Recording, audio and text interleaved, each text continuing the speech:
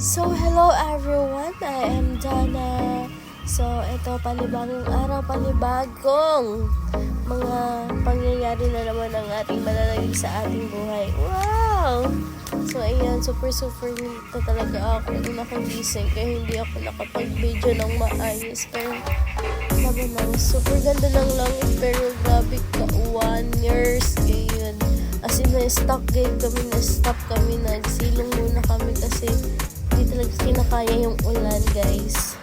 As in, super late na ako pero laban lang. So yan, napakaganda talaga ng langit dito. Super, as in. Pero mga bata. Invitation for today, we don't give up. Lahat guys, lahat.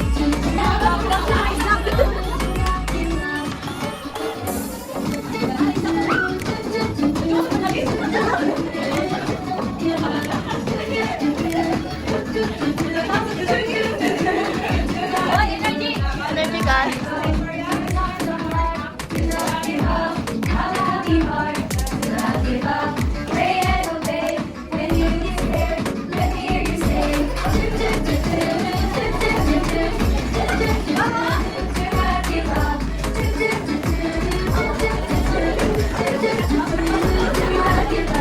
So, ang susunod ay ang iba't ibang roleplay na ginagawa ng mga bata na ipapakita namin ang cognitive development, language literacy, social development, emotional development, creativity, and physical development. Enjoy watching!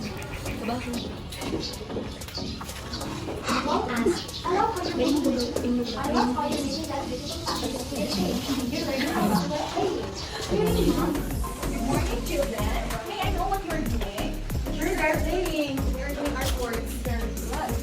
Well, how about you, Merlin? What are you doing? I'm writing my name.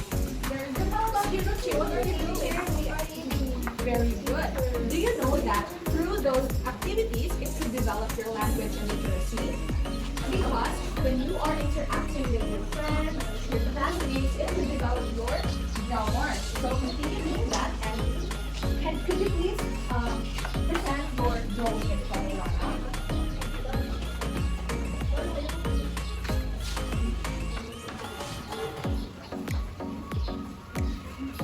Here is our drawing. We draw a tree. This is the leaves and the body of the tree. And also this is a bird, which is this in the sky. This is and a hat. This is wind. This is the wind. It develops your grammar and your self-confidence and being able to speak what you want to tell about. How about you, Ruchi? Ikaw yung saya! Ikaw yun! Ikaw yung naman!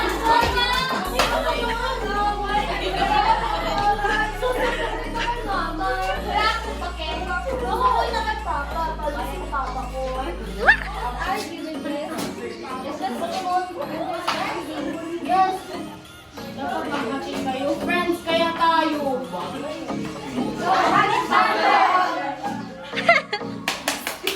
Plastic!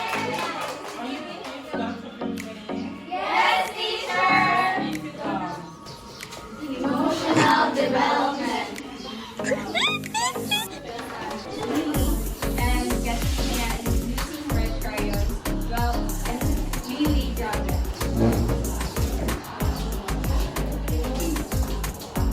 Hey, I did that with crayon! But I using it first! No, I didn't!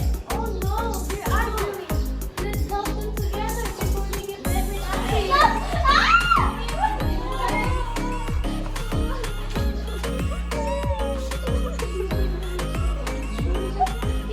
Maybe you can take turns.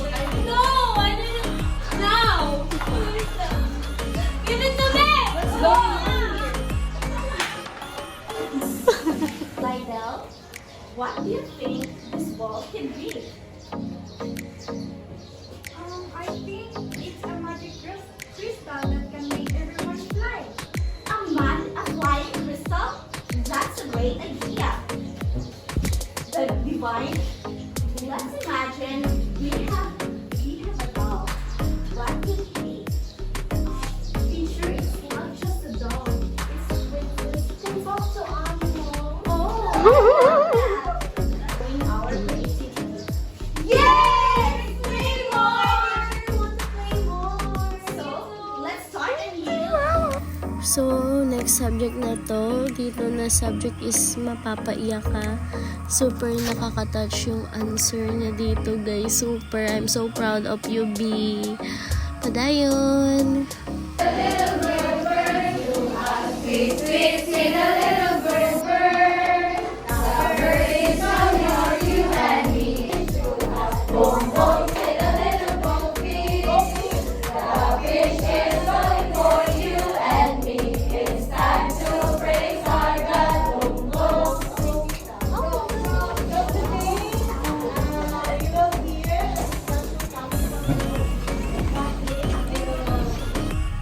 So, here is Gotham's na talaga yung mga tiya namin, guys. So, yan, nagsima-sima na siya ng pansit sa umaga.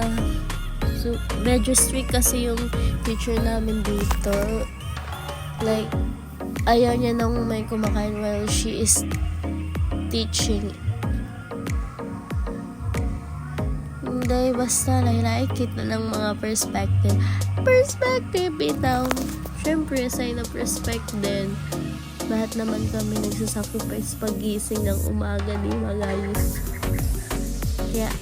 Pero like, gitugtan na kami kayo. Nakitaan mo lang kami kakaon ng patago. Ano ba? Bakit ba? Char, thank you, ma'am. Love you so much. So, here is our last subject. Last distance. Ikaw po'y nanao. Tabangin na niyo. Last subject. Kaya pa. Congrats. Congrats. Tapos na ang report. One down na siya sa last station. So, next na kami. Last subject na makakauwi na kami. Makakatulog na kami. Last na ni guys. Ang saya. Makauwi na. Hi, Day. Anong masasabi mo? I hate math. I hate math. Kakaiba.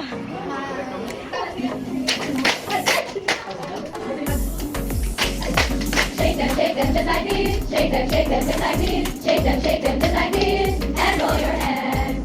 Wiggle them just like this. Wiggle them just like this. Wiggle them just like this. And roll your hands. Clap them just like this. Clap them just like this. Clap them just like this. And roll your hands. I like to move. I like to move. Shake them just like this. Shake them just like this. Clap them just like this. And roll your hands.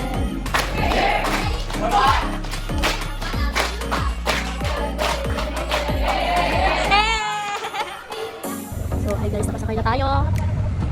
Hindi tayo pakapulak, syempre. Maraming salamat sa tumapos ng video na to. Sana hindi pa kayo ni Lord. Bye guys!